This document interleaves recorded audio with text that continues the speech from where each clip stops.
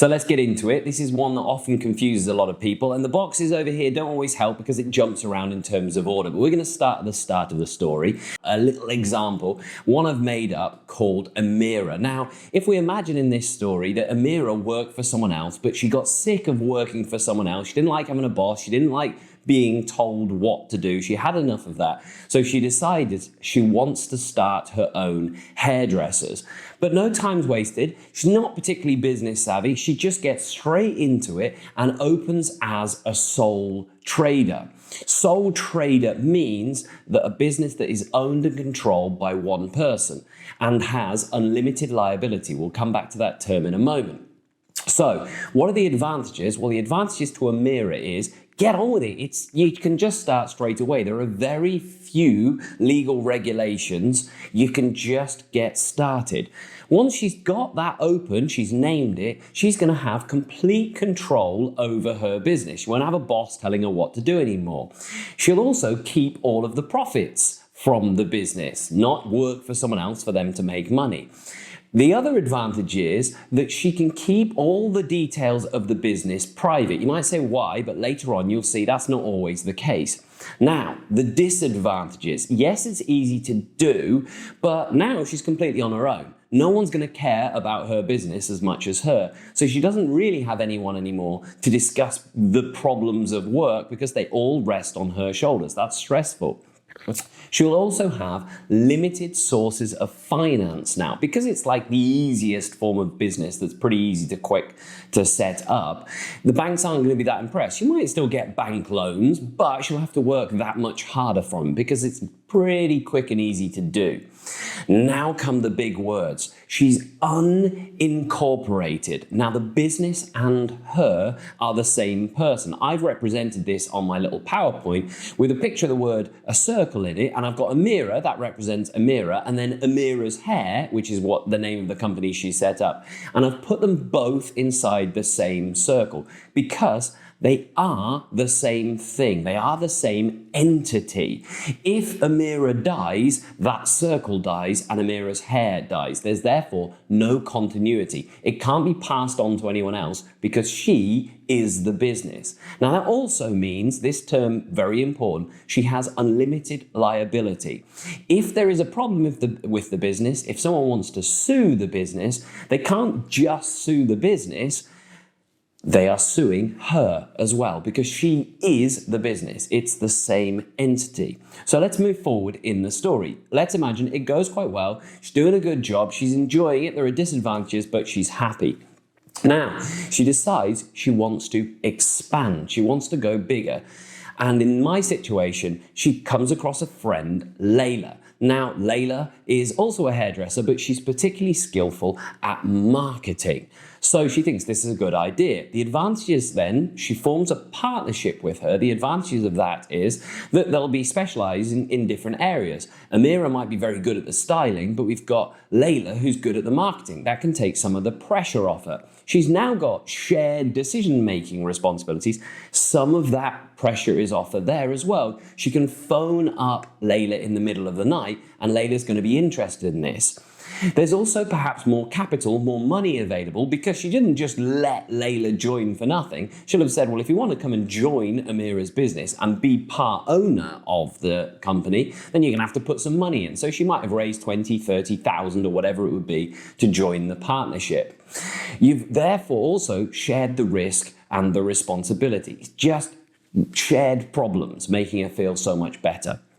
But there are disadvantages, like all of these. Disadvantage number one is, yes, she shares risk, but she also shares the profit. No longer is she going to get all of that money. It might be 50-50 shared profits. It depends what's put on the partnership agreement. It may be 80-20. That would be agreed with lawyers at the start. Now we've also got disagreements. Maybe Layla thinks that we need to have the walls painted in blue and Amira says, no, I want them in green. It's no longer just do it Amira's way. They have to agree on that, and that's going to cause some tension and some fights. Now, we've also got the problem that they are still unincorporated. If you look at my circle, we've now got one entity still, but in this circle now, there is Amira, there is Amira with Amira's bank account, there is Layla with Layla's bank account and house and all of those things, and there is Amira Amira's hair. They are all the same business. Now we've got a bigger problem. Still no continuity. If one of them dies, the business closes as well, because you can't have one thing. They're all one entity. And still, we've probably got unlimited liability. Now, this is a big problem here. Let's say that Layla is pretty irresponsible. If Layla goes off and does something reckless, wets the floor and someone sues, you're now going to be taking money, unlimited liability. They can take all of the money from everyone.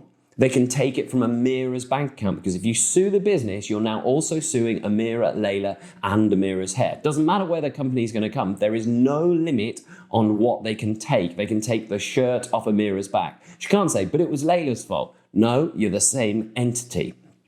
Okay, the story will move on. In my story now, we're going to go to a private limited companies. These are now finally incorporated, and they can sell shares, but not to the general public. So Amira grow the business, the hairdressers are doing well, and they now are quite wealthy. They've got a lot to lose, which is a risk with that unlimited liability. So they decide to register the business as an LTD. That brings some other advantages as well. Firstly, they can now sell shares to shareholders, but only private shareholders. So in my picture now, I've put grandma. They can go up to Amira's grandma, friends and family they can sell shares to, and they say, Grandma, do you want to give us some money? You don't have to do anything for it, but if you give us 50,000, we'll give you 10% of the business. That means 10% ownership, and therefore probably 10% of all future profits. Grandma might like that idea. She says, yeah, sure, here's 50,000 and I'll get 10% of all the future money. So that's useful for Amira and for the company Amira Hair Limited, because that raises the 50,000. But the best thing about this now, because if you look at my diagram, they're no longer all in one circle. When they do the articles of association and the association, they separate the entity, that's what it means, of the different things. So we've now got a circle for Amira's hair, a circle for Amira, and a circle for Layla, and a circle for the grandma. Amira's hair is its own legal identity. That has great benefits. Firstly, if one of them dies, it doesn't matter. We've got continuity. They can also sell the company. It can be passed on, because the company is its own thing in its own right, with its own business account, bank account. The other big advantage is that's where we've got limited liability coming in. If someone slips on the floor and they say, I'm going to sue you, Amira, no, they're not going to sue Amira and take Amira's house. They're going to sue Amira's hair. And they can now only take the money and the assets associated with Amira's hair. They can't take Amira's personal assets, like the shirt off her back from earlier or her personal car. There is a limit to what they can take, and that limit is what is owned by the company. It can't take personal things from Layla, from Grandma, or from Amira. The disadvantages, though, well, there's legal formalities. It's difficult to set up. You've got to do those article of association, memorandum of association. So you probably need a lawyer to come in and separate out the legal identities in this case. Another disadvantage is those shares can't be sold to the general public. Well, we'll see how that's relevant in a moment. They can only sell to technically friends and family, and about 20 or something like that of them. So there's a limit on how much money they can raise through selling shares. The accounts are now less secret. Remember I said earlier on that sole traders, they could keep their account secret. Not anymore. They're going to have to publish very detailed, exact financial records to the government, and they're available for everyone to see. So they can't keep anything hidden anymore. And then finally, we put there, difficult to sell shares. Well, difficult because you've got to persuade friends and family, and you haven't really got a place where you can sell it. Let's move on in the story. Now, we're going to imagine it grows more and more. It all goes successful. They don't have a problem. Grandma's doing well. And then finally, this is when the company gets really big. This is not small scale anymore. This will be a national hair company doing really well, and they decide to float. That means a public, turn themselves from private limited company into public limited company, not being confused with public corporations, which we'll have later on. Public limited company. The public stands for who they can sell the shares to. They can now sell shares on the stock market that you've seen on the news with NASDAQ and things like that. They can sell shares to the general public, to anyone, to millions of people when they go on this. So these companies are incorporated, they can sell shares to the public, and they are listed on stock exchanges. So these are big, serious corporate deals. The advantages of this, they can raise large sums of capital, no restrictions on buying, selling, and shares. So if you see in my diagram, we've got those 4 circles, but then we've got hundreds of millions of tiny little circles. That means any person on the street, I can go onto the stock market and I can buy 0.01% share of their company and get 0.01% of future profits, which are complicated but paid out in things like dividends in the future. We won't go into that here. Now, the other advantage is it remains with limited liability. Each of these little shareholders, they're not risking personal assets anymore, unlike with the sole trader and the partnership. The separate legal identity continues so the company can be sold. It's just more of the same benefits of being a private limited company. Disadvantages, though, it's incredibly complicated to set up. This is an expensive process to go through converting it into a public limited company. We've then got serious amounts of information that has to be disclosed. You've got to give everything. There is no hiding anything that you do in the company if you're a public limited company. You've also got a risk of takeover. Now, it was pretty easy in a private limited company to make sure that Amira and Layla were the majority shareholders and that grandma didn't come along and get 51% and then have voting rights to control all of the company. You'd say, grandma, you're not having that much. But once you're selling shares on the stock market, it's actually not easy to keep track of that because you're selling hundreds of millions and they're going back and forth all of the time. There's a risk of some rich person that you don't even know about because you're not seeing them, buying massive amounts and taking the majority. Before you know it, you've lost control. Someone's got 51%. And then they have got voting rights. Every time a vote is having to be made and agreed in the corporate meetings, the AGM, they're going to say, well, we want to do this. Amira might say, no, I don't. That person say, I've got 51%, you've only got 30%, you're out. They can even get rid of Amira from her own company that she started. So there is a risk of hostile takeover there. Okay, we've also got may become inflexible because it's so corporate and stuffy and we'll have to have board meetings and suits. It's difficult to react quickly. Everything will have to go through votes and those sorts of things. And the other problem with these shareholders, these people that we don't even see, they're not really interested in long-term success most of the time. What they're looking for is to buy a bit of the company to quickly get a return, to get their money back and more. So they're not overall looking at the health in long-term. They just want short-term, come on, be successful next year. I don't care if you close down in 2 years is one of the criticisms. So next, we're going to look at this story where it gets really big and we're going to look at franchises. Now, franchises, we need 2 words within that. We need to look at what I call the franchisor and the franchisee. And we're going to come back to those terms at the moment. But generally, a franchisee buys a license to operate the business from the franchisor, gaining access to established brand and business model. Now, what does all of that mean? In my situation, we're going to have now John. Let's introduce John to this story, who's a small-time, virtually trainee hairdresser somewhere, and he wants to start his own business as well, just like Amira did in the past. But he doesn't want the risk of setting up his own company, John's Hair, because he doesn't know much about branding. And he says, well, hang on, I know that Amira's hair is great anyway. If I just copy everything she does, then it's going to be successful. It's already famous. But not as simple as that, because Amira's going to say, well, I've created this. You can't just pinch all of my hard work. So we'll have to go and ask permission. He will go to Amira's PLC now and say, if I pay you money, can I use all of your training? Now, the way to remember, if you think of employer, which we don't say, we say employer, but employer and employee. Employer is the boss, employee is the lowly one below. Same with franchisor being the boss that gives permission and the lowly franchisee. So, what's the advantage to John of doing this? Well, he's got lower risk of failure with a proven business model of using Amira's hair. He's going to receive training and ongoing support. The Amira is going to want him to succeed. It's going to say, this is how you cut hair, this is the color that you need to do, and if there's any instance, they'll be there to give advice and try and solve it. He'll also benefit from advertising, because Amira's hair is probably putting adverts on TV. He doesn't have to pay for that. When Amira puts an advert on in the middle of a big event, he just gets more customers coming to his shop. Drawbacks though.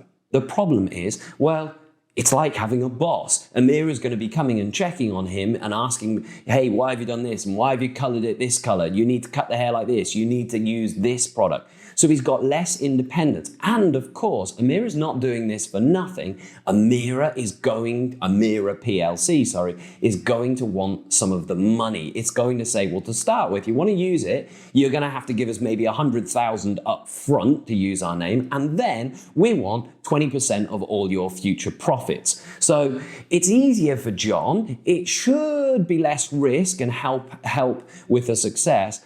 But in the long run, he's always going to be answering to Amira PLC and giving up some of his profits. Now, what about to Amira PLC? What about the franchisor? What are the pros and cons there? Well, it's great for them. They get quick expansion. They get money and they get famous all over the country without actually having to go and open the shops. John does most of the work. They just share their ideas. The franchisee, John, is doing the day-to-day operations and running it. They receive money for not doing a lot. But the risks of that all sounds great, but let's say John goes and does something terrible, swears at the customers. They could then go and put this on social media and say, all of this problem, look what's happened in Amira's hair. Amira PLC can't say, well, actually it's John. No, it's all under their brand, so John can damage their brand image. The pros and cons of franchising. This is the model that McDonald's use. Most of the time, you're not going to McDonald's owned by McDonald's, as it were. You're going to a franchisee who is paying the overall McDonald's to use the branding, the style, and all of those things.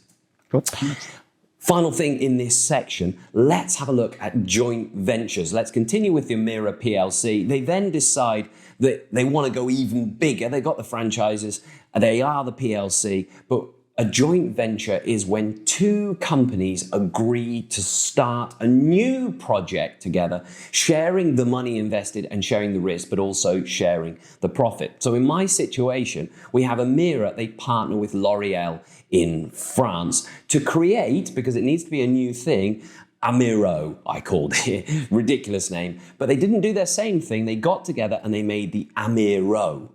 Now, what's the advantage of this? Well, firstly, they share the cost and the risk. They maybe both put in 20 million from Amira PLC and 20 million from L'Oreal. So they've got more money going in and only having to put half in each. The local partners bring local knowledge. Amira is going to be learning about the French market and the skills that L'Oreal brings to this. And they share technology and capital and all of the rest of those things.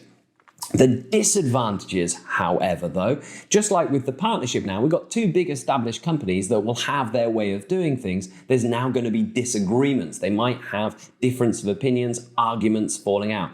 Also, the profits obviously have to be shared. So if this Amiro gets very successful, well, Amira is probably only going to get 50% of the profits and think, why didn't I just do it on my own? Different management styles as well. So, quick recap of all of these, because it's a heavy old content and the words are jumping around. We've got incorporated versus unincorporated. The unincorporated, they have no separate legal identity, all in the same circle, and they're sole traders and partnerships. They have unlimited liability, and you can literally take the shirt off their back if they owe anyone money. Amira changed to protect herself from that unlimited liability, became a private limited company, and then a public limited company. All protects but becomes more formal, more stuffy, but ultimately can make a lot more money and give a lot more prestige to the company. How do you choose which form? Because I've presented it in a way that they just went up through the stages. Of course, that doesn't have to happen. They could just jump straight in at the private limited company stage, never be a sole trader. How do you decide what stage is right, what form to take? Well, you assess your risk tolerance. If you don't like risk, if you've got a big house and don't want to risk losing it, maybe go straight in as a limited company. How much money do you need? If you're going to look to have to raise money, well, you probably don't want to be a sole trader because that bank's not going to be impressed with it. We need to consider control preferences. Do you want to have full control, never have to talk to anyone else? Then sole trader could be the way to go. And how are you going to expand? If you're going to plan to expand, if you want to do it quickly, it might be quicker to go straight as a limited company. One final thing to address in all of this is something that confuses a lot of people because it's really annoying. We can see at the bottom, business organizations in the public sector, e.g. public corporations. And I said it early on, do not confuse. Public limited companies are very much in the private sector. The public there refers to who they can sell shares to. But public sector and public corporations are anything but private. They're definitely not these companies. Public sector means run by the government organizations. And these are things like water utilities, the water companies, the electricity companies, the public transport, and hospitals. They are run and controlled by the government. So Nike would be a public limited company. It is most certainly not a public corporation run by the government. It's run by individuals for profit. Public corporations have a very different objective.